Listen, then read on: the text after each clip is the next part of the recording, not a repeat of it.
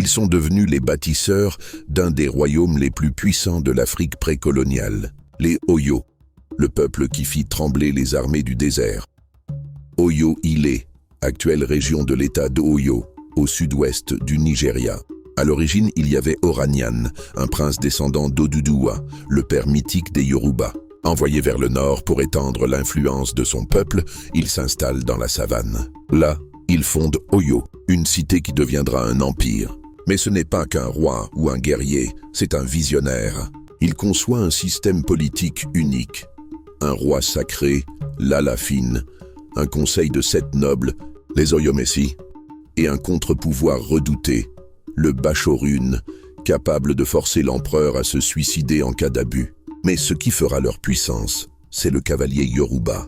Alors que peu de royaumes africains utilisent la cavalerie de manière massive, les Oyo, eux, en font leur spécialité.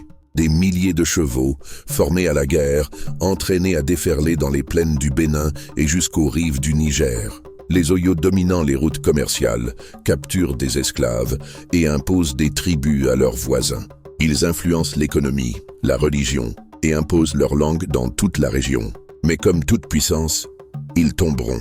Trahison interne, pression extérieure, guerres intestines.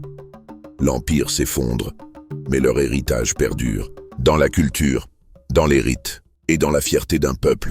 Connaissais-tu cette version de l'histoire? Réponds en commentaire et dis-moi quelle histoire tu aimerais que je raconte dans ma prochaine vidéo. Abonne-toi pour ne jamais rater les prochaines vidéos.